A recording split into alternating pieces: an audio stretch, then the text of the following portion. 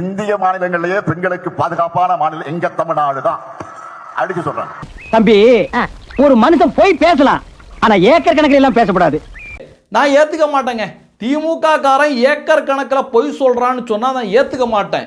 Hectare கணக்கில் பொய் சொல்லிட்டு இருக்காங்க. ஒரு பொய் ரெண்டு பொய் கிடையாது. இவங்க சொல்ற பொய்ய லிஸ்டே போட முடியாது. அதுவும் முதலமைச்சர் ஸ்டாலின் கொஞ்சம் கூட கூச்சநாச்சம் இல்லாம இந்தியாவிலேயே பெண்களுக்கு பாதுகாப்பான மாநிலம் தமிழ்நாடு தான் அப்படின்னு அடிச்சு சொல்வாராம். ஒரு சின்ன லிஸ்ட், இந்தியாவிலேயே தமிழகம் தான் பெண்களுக்கு பாதுகாப்பான மாநிலமா அப்படிங்கிறதுக்கு ஒரு சின்ன லிஸ்ட், ஒரு வாரத்தில் உள்ள லிஸ்ட்டை படிக்கிறேன் கேளுங்க. 2 வயது குழந்தையை பாலியல் வன்கொடுமை செய்த திமுக நிர்வாகி, விமான பணிப்பெண்ணிடம் அத்துமீறிய திமுக கவுன்சிலர், எல்லாருமே பார்த்துருப்பீங்க. நாமக்கல்லில் 7 வயது சிறுமி கடத்தப்பட்டு பாலியல் வன்கொடுமை, கிருஷ்ணகிரியில் 70 வயது முதியவரை கொண்டு அவரது 60 வயது பாட்டிக்கு, அதாவது 60 வயது மனைவிக்கு பாலியல் வன்கொடுமை, மதுராந்தகத்தில் மது போதையில் இருந்த போதை ஆசாமிகளால் கூட்டு பாலியல் வன்கொடுமைக்கு உள்ளான 14 வயது சிறுமி. நேத்து நம்ம கனிமொழி இருக்காங்கல்ல, அவங்களுடைய சொந்த தொகுதி விளாத்திக்குளத்தில் 12ஆம் வகுப்பு படிக்கிற மாணவிய பாலியல் ரீதியாக துன்புறுத்தி கொலை பண்ணியிருக்காங்க. இப்போ ஜஸ்ட் நவ் நம்ம டாடியோட ஆட்சியில் நிமிஷத்துக்கு நிமிஷம் பிரேக்கிங் நியூஸ் வந்துட்டு இருக்கு. திருச்சியில் இருந்து சென்னைக்கு ப்ராஜெக்ட் செய்ய வந்திருந்த கல்லூரி மாணவிக்கு பாலியல் வன்கொடுமை. எவ்வளோ கொடூரங்கள்! நான் சொன்னது 5 வருஷமோ இல்லை 10 வருஷமோ நடந்த நிகழ்வு கிடையாது. இப்போ ஒரு வாரத்தில் இவ்வளோ கொடூரமான நிகழ்வு பெண்களுக்கு எதிராக மட்டும் நடந்திருக்கு.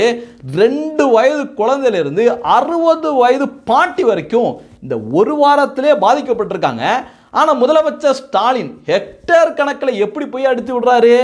இந்தியாவிலேயே தமிழகத்தில் தாங்க, அதுவும் எங்கள் திமுக ஆட்சியில் தாங்க பெண்களுக்கு பாதுகாப்புன்னு அடிச்சு வேற சொல்றாராம். பிரைம் மினிஸ்டர் நரேந்திர மோடி அவர்கள் திமுக ஆட்சியில் பெண்களுக்கு பாதுகாப்பு இல்லை அப்படின்னு சொன்ன உடனே முதலமைச்சர் ஸ்டாலின் எப்படி தெரியுமா ஹெக்டேர் கணக்கில் நாக்க தீட்டினாரு பாருங்க. தமிழ்நாட்டில் பெண்களுக்கு பாதுகாப்பு இல்லை என்ற ஒரு அபாண்டமான பொய்ய சொல்லிட்டு போயிருக்காரு. பெண்களான நீங்க சொல்லுங்க, தமிழ்நாட்டில் பெண்களுக்கு பாதுகாப்பு இல்லையா? தமிழ்நாட்டில் பெண்களுக்கு பாதுகாப்பு இல்லையா? எப்படி கூச்சம் இல்லாமல் போய் பேசுறார் பாருங்க. அங்க கூடியிருந்த பெண்களை இல்லைன்னு கத்துறாங்க போல இருக்கு. ஏன்னா இவர் கேட்கறது திமுக மீட்டிங்க்கு வந்த திமுக உடன்பிறப்பு பெண்கள்கிட்ட கேட்குறாங்க. ஏற்கனவே சென்னையில் நீங்கள் பார்த்துருப்பீங்க, திமுகவோட கூட்டத்துக்கு பாதுகாப்பு கொடுக்க வந்த பெண் காவல்துறை அதிகாரியோட இடுப்பை பிடிச்சி கிள்னாங்க. யார் தெரியுமா? திமுகவே சேர்ந்தவங்க. ஆனால் அந்த கூட்டத்திலே எப்படி தைரியமாக இவரால் கேட்க முடியுதுன்னு தெரியல பாருங்க. நாட்டில் இப்போ என்ன நடந்துகிட்டு இருக்கு? பாஜக ஆளக்கூடிய மாநிலங்கள்ல, குறிப்பா பாஜகவினரால் பெண்கள் படும் தொல்லைகள்னு எல்லாத்தையும் தெரிஞ்சுக்கிட்டு தமிழ்நாட்டு மேல அவதூறு பரப்ப பிளைட்ல வந்துட்டு போயிருக்காரு. மாண்புமிகு பிரதமர் அவர்களே, ஆயிரக்கணக்கான பெண்கள் கூடியிருக்கக்கூடிய இந்த மாநாட்டு மேடையிலே நின்று கொண்டு நான் தலை நிமிர்ந்து சொல்லுகிறேன், இந்திய மாநிலங்களிலேயே பெண்களுக்கு பாதுகாப்பான மாநிலம் எங்க தமிழ்நாடு தான். அடிச்சு சொல்றேன். எங்க தலைக்கு கெத்த பார்த்தீங்களா அப்படிங்கிற மாதிரி இவ்வளவு கொடுமைகள் நடந்தும் எப்படிங்க கொஞ்சம் கூட கூச்சநாச்சம் இல்லாம, கொஞ்சம் கூட வெக்க இல்லாம எப்படிங்க இது மாதிரி பேச முடியுது? உண்மையிலேயே திமுக காரனால மட்டும்தான் இப்படி கூச்சநாச்சம் இல்லாமல் பொய்ய சொல்ல முடியும். ஏன்னா திமுகவோட குலத்தொழிலே என்ன தெரியுமா? இந்த மாதிரி பொய் சொல்றது தான். தாத்தா காலத்திலேருந்து இது வரைக்கும் வாயிலேயே வடை சுட்டு தான் இவங்க வந்து வண்டியை ஓட்டிகிட்டு இருக்காங்க.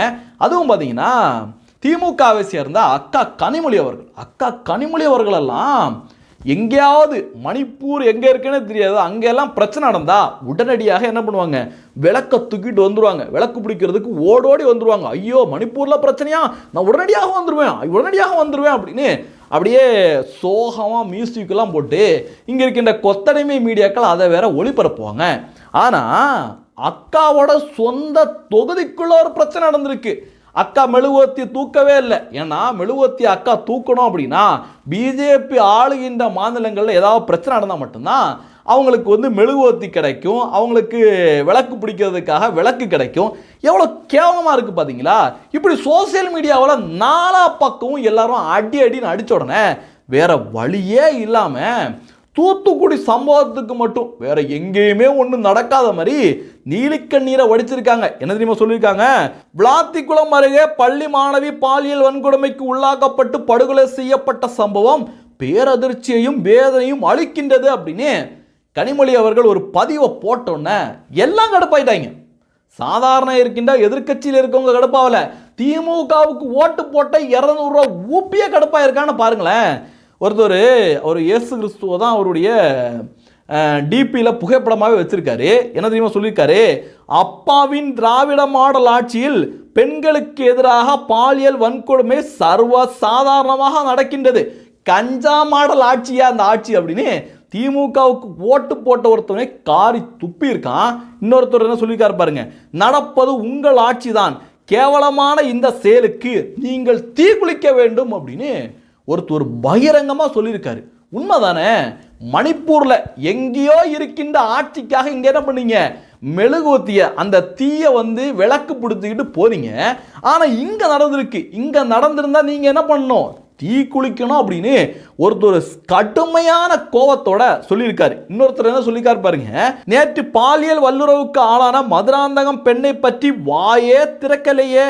ஏங்க, ஓஹோ, மதுராந்தகம் தூத்துக்குடி தொகுதியில் வராதுல்ல அப்படின்னு ஒரு தமிழன் கனிமொழி அவர்களை வச்சு செஞ்சிருக்காப்ல.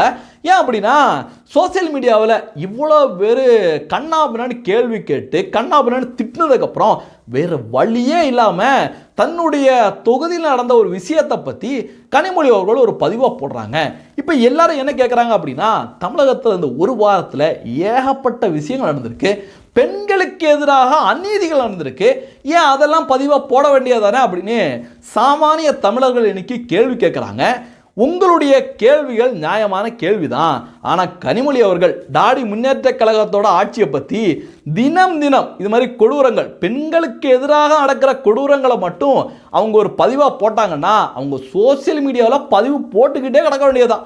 அவ்வளோ விஷயங்கள் இங்கே கொட்டி கிடக்கு, அவ்வளோ விஷயங்கள் இங்கே நடந்துட்டு இருக்கு. ஆனால் ஒன்றுங்க, இவ்வளோ விஷயங்கள், இவ்வளோ கேவலமான விஷயங்கள் நடந்தும் நம்ம முதலமைச்சர் ஸ்டாலின்ஜி இருக்கார்ல, அவர் வாயை திறக்கலை. ஒரு சில நண்பர்கள் கூட சொன்னாங்க, அவர் உடனடியாக வந்து பதிவுகளை வந்து அவருடைய எக்ஸ் வலைதளத்தில் போடுவாங்களே அப்படின்னு சொன்னாங்க. சரி, எக்ஸ் வலைதளத்தில் போட்டிருப்பாராக்கும், நம்ம கண்ணுக்கு தான் தெரியலை அப்படின்னு நான் தேடி பார்த்தேன். இது மாதிரி இளம் பெண்கள் வந்து இவ்வளோ பாலியல் வன்கொடுமைக்கு உள்ளாயிருக்காங்க, அதை பற்றி ஏதாவது பதிவு போட்டிருக்காரா அப்படிங்கிறதுக்காக நான் வந்து இளம் பெண்கள் அப்படின்னு போட்டு அவருடைய ஐடியில் போய் சர்ச் பண்ணி பார்த்தேன். உண்மையிலேயே பதிவை போட்டிருக்காரு. ஆனால் 2018 எதிர்கட்சியில் இருந்தப்பதான் அந்த பதிவு போட்டிருக்காரு. படிக்கிறேன் கேளுங்க. தர்மபுரியில் 17 வயது இளம்பெண் பாலியல் பலாத்காரம் செய்யப்பட்டு உயிரிழந்த கொடூர செய்தியானது.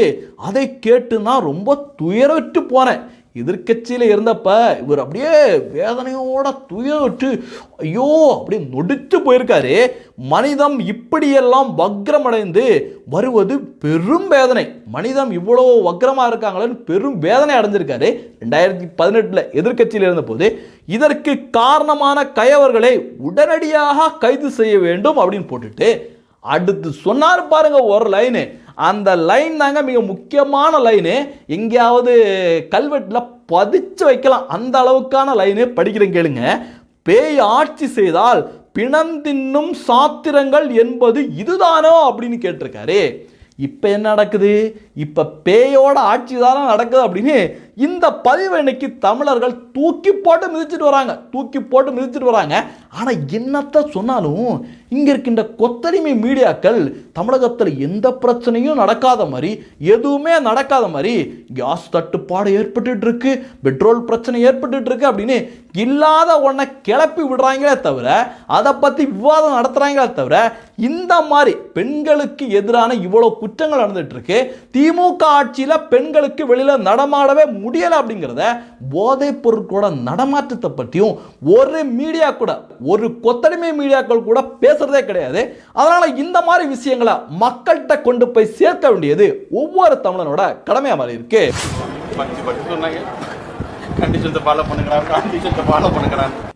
படிச்சு சொன்ன கண்டிஷன்ஸை ஃபாலோ பண்ணுங்கடா அப்படின்னு நீலி கண்ணீர் வெடிக்கிறார் பாத்தீங்களா. இவர் தான் நம்ம பள்ளி கல்வித்துறை அமைச்சர் அன்பில் மகேஷ் பொய்யாமொழி. இவருக்கு இன்னொரு மிக முக்கியமான பொறுப்பு ஒன்று இருக்கு. உதயநிதி ரசிகர் மன்ற தலைவர். ரசிகர் மன்றம் தான் இவருடைய ஃபுல் டைம் வேலை. பார்ட் டைமாக தான் இப்போ அமைச்சர் பதவியை பார்த்துட்டு இருக்காரு. இப்படி நீலிக்கண்ணீர் வடிச்சார்ல, இந்த நீலிக்கண்ணீருக்கு இவருக்கு ஆஸ்கார் அவார்டை கொடுக்கணும் அப்படின்னு நான்லாம் கோரிக்கை வைப்பேன். ஏன் அப்படின்னா இவருடைய அமைச்சரவையின் கீழே இயங்கக்கூடிய கோயம்புத்தூரை சேர்ந்த ஒரு பள்ளியில் 44 மாணவர்களுக்கு திடீர்னு வாந்தி மயக்கம் ஏற்பட்டிருக்கு. அவங்கள மருத்துவமனைக்கு கூட்டிட்டு போறாங்க. அப்புறம் தான் என்ன அப்படின்னு விசாரிச்சா தெரியுது, அந்த பள்ளிக்கூடத்தில் சமைச்சாங்க பாருங்க சத்துணவு, அந்த சத்துணவுல பள்ளி விழுந்திருக்கு. ஒரு பள்ளியா 2 பள்ளியான்னு தெரியல, பள்ளி விழுந்திருக்கு.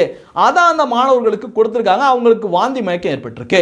இப்படிப்பட்ட சத்துணவை தான் முதலமைச்சர் ஸ்டாலின் அவர்களை பில்டப் பண்ணணும் அப்படிங்கிறதுக்காக எவ்வளவுதான் கொட்டி கொடுத்தாங்கன்னு தெரியல, மேடலை வச்சுக்கிட்டு ஐயோ சாம்பார் அப்படியே தேனாட்டம் இருக்குது, சாம்பார் எப்படிப்பட்ட சாம்பார் ஐயா, முதலமைச்சர் ஐயா எப்படியா அதெல்லாம் பண்றீங்க, நீங்க இப்படி சாம்பார் கொடுப்பீங்கன்னு தெரிஞ்சிருந்தா நாங்க மீண்டும் வந்து ஸ்கூல்ல இருந்து படிக்க தொடங்குவோமே அப்படின்னு பில்டப் எல்லாம் கொடுத்தாங்க. ஆனா இவங்க பில்டப் கொடுக்கிற அளவுக்கு சத்துணவு அவ்வளவு பெரிய ஒர்த் இல்லை அப்படின்னு எல்லாருக்குமே தெரியும். சாதாரணமாக பள்ளிக்கூடத்துக்கு அனுப்புகிற பெற்றோர்களுக்கு எல்லாருக்குமே தெரியும். இப்படி ஒரு சம்பவம் நடந்தோன்னே எல்லா பெற்றோர்களும் பதறி அடிச்சுக்கிட்டு எங்கள் குழந்தைகளுக்கு என்ன ஆச்சு அப்படின்னு அவங்க பதறி அடிச்சுக்கிட்டு மருத்துவமனைக்கு வந்து மருத்துவமனையில் ஒரே பிரச்சனையாகுது. எல்லாரும் அவ்வளோ ஒரு பரபரப்பாக இருந்தாங்க. ஏன்னா குழந்தைங்க பாருங்க, திடீர்னு பள்ளிக்கூடத்துக்கு போன குழந்தைகளை மருத்துவமனைக்கு சேர்த்துட்டாங்க அப்படின்னா எல்லாருக்கும் படபரப்பு வரும்ல. அதே படபரப்பு அந்த தாய்மார்கள் மத்தியில் இருந்துச்சு. ஆனால் திமுக காரவங்க இதை பற்றி பேசவே இல்லை. திமுக காரவங்க மட்டும் கிடையாது, ஜனநாயகத்தோட 4வது தூண் மண்ணாங்கட்டி அப்படின்னு சொல்லிட்டு இருக்க தமிழகத்தில் இருக்கின்ற ஊடகங்களும் இதை பற்றி பேசவே இல்லை. நேஷனல் மீடியாவில் இந்த செய்தி வந்து மக்களுக்கு தெரிய தொடங்கின உடனே சோசியல் மீடியாவில் மக்கள் எல்லாம் பதிவுகளை போட்டுட்டு வர்றாங்க. திமுக அரசாங்கத்தை கழுவி ஊத்துறதுக்கு பிறகு கூட நான் கூட நினைச்சேன், இப்படி அடின்னு அடிச்ச உடனே எப்படியாவது அன்பில் மகேஷ் பொய்யாமொழி அவர்கள் கண்டிஷன்ஸை ஃபாலோ பண்ணலைங்க, ரொம்ப தப்பாக போச்சுங்க, என்னுடைய ஏரியாவில் வந்து எவன்டா பள்ளியை தூக்கி போட்டவன் அப்படின்னு பில்டப்பாக பேசுவார்னு நினச்சேன். ஆனால் எவனுமே பேசலை. திமுக அமைச்சர், முதலமைச்சர், எம்பிக்கள், எம்எல்ஏக்கள் யாருமே பேசலை. ஆனால் திமுகவோட ஒரு தற்குறி செந்தில் பாலாஜியோட எடுபடியாக இருக்கின்ற வைஷ்ணவி அப்படிங்கிற தற்குறி ஒரு பதிவு ஒன்று போடுது. என்ன தெரியுமா பதிவு போடுது? கோவை கவுண்டம்பாளையம் மாநகராட்சி நடுநிலைப்பள்ளியில் உடல்நலம் பாதிப்படைந்த குழந்தைகளையும் பெற்றோரையும் நேரில் சென்று நலம் விசாரித்தேன். குழந்தைகள் அனைவரும் ஊசி மட்டும் தாக்க பயமா இருக்கு, மற்றபடி நாங்கள் ஜாலியா இருக்கோம் அப்படின்னு அந்த குழந்தைங்க சொன்னதா?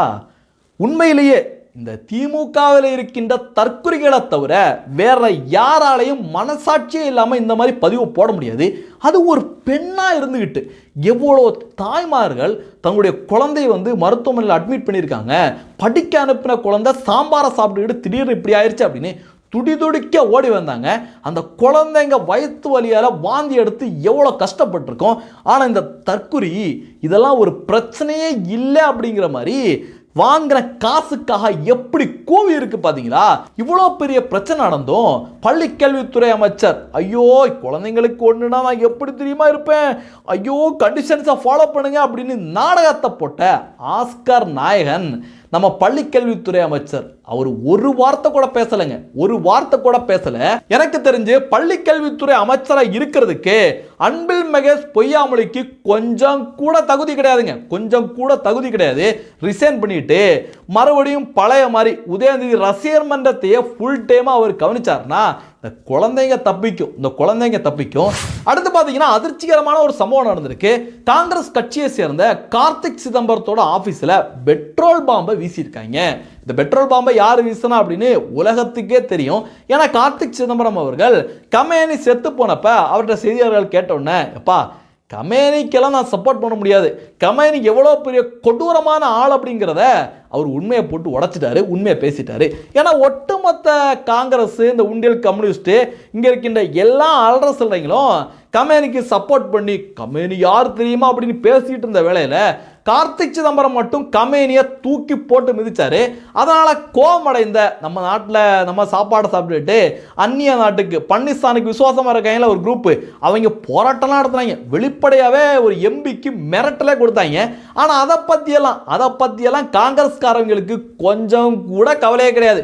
சிறுபான்மையை தாஜா பண்ணி ஓட்டு பிச்சைக்காக என்ன வேணாலும் பண்ணுவாங்க. ஆனால் என்ன பொறுத்த அளவுக்கு கார்த்திக் சிதம்பரம் அவனுடைய கொள்கைக்கு எதிரி தான், கொள்கைக்கு எதிராக பேசுகிறவர் தான். ஆனால் இந்த விஷயத்தை கார்த்திக் சிதம்பரத்துக்கு நம்ம சப்போர்ட் பண்ணணும் அப்படிங்கிறது தான் என்னுடைய கருத்து. அடுத்து பார்த்தீங்கன்னா தமிழக மக்களுக்கு, குறிப்பாக மதுரை மக்களுக்கு மிக மகிழ்ச்சியான ஒரு செய்தி ஒன்று வந்திருக்கு. மதுரை ஏர்போர்ட்டை இன்டர்நேஷனல் ஏர்போர்ட்டை தரம் உயர்த்தி மத்திய அரசாங்கம் பிரதமர் நரேந்திர மோடி அவர்கள் அறிவிச்சிருக்காரு. இந்த அறிவிப்பு வந்த உடனே வழக்கம் போல இங்கே இருக்கின்ற பல பேர் ஸ்டிக்கர் ஒட்டுறதுக்கு வந்தாங்க. அதில் முதல்ல நான் தான் வீடியோ போடுவேன் அப்படின்னு சூனாப்பானா வெங்கடேசன் வீடியோ போட்டு நான் எவ்வளோ நாள் கோரிக்கை வச்சேன், என்னுடைய எவ்வளோ நாள் கோரிக்கையினால் இது வந்திருக்கு தெரியுமா அப்படின்னு வீடியோ போட்டோன்னே சு வெங்கடேசனுக்கு ஓட்டு போட்ட மக்கள் நார கிழிச்சிருக்காங்க. உங்களுடைய காங்கிரஸ் கூட்டணி ஆட்சியில் சாதிக்க முடியாததை பாஜக தனித்து சாதித்து காட்டியிருக்கு. பாஜக அதன் கடமையை சிறப்பாக செய்வது போன்று மதுரையை குப்பை நேரமாக வச்சிருக்கீங்கல்ல, அதை எப்படா நீங்க மாத்துவீங்க, உங்களுக்கெல்லாம் அறிவே இல்லையா அப்படின்னு மதுரை எம்பியை நோக்கி ஒரு சாமானியர் கேட்டிருக்காரு. அடுத்து இன்னொருத்தர் கேட்டிருக்காரு பாருங்க, முட்டாள் குப்பை மாநகர எம்பி, அது மோடி அரசு ரெடி பண்றாங்க மூதேவி, இந்த பிழைப்பதற்கு சவமே மேல் அப்படின்னு சரியான கடுப்புல இருப்பார் போல இருக்கு. செத்துடலாமையா, பிரதமர் நரேந்திர மோடி அவர்கள் கொண்டு வந்ததை நீ ஏயா ஸ்டிக்கர் ஒட்டுற அப்படின்னு ஒருத்தர் வச்சு செஞ்சிருக்காரு. இந்த தகவல்களை பத்தி நீங்க என்ன நினைக்கிறீங்க அப்படிங்கிறதையும் பதிவு பண்ணுங்க.